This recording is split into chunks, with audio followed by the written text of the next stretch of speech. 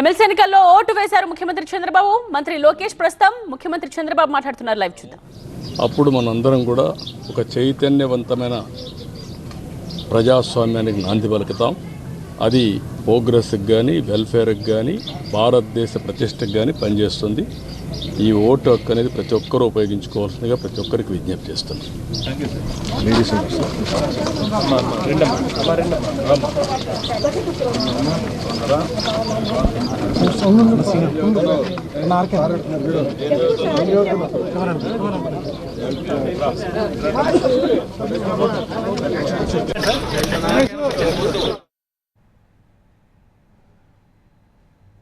ప్రతి ఒక్కరూ ఓటు హక్కు వినియోగించుకోవాలని ముఖ్యమంత్రి పిలుపునిచ్చారు.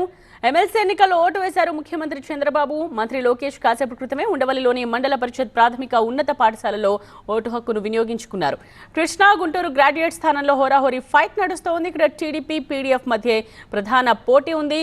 తెలుగుదేశం నుండి ఆలపాటి రాజా బరిలో నిలువగా పీడీఎఫ్ నుండి కేఎస్ లక్ష్మణరావు తలపడుతున్నారు. ఈ స్థానంలో 3,46,529 మంది గ్రాడ్యుయేట్స్ ఓటర్స్గా ఉన్నారు.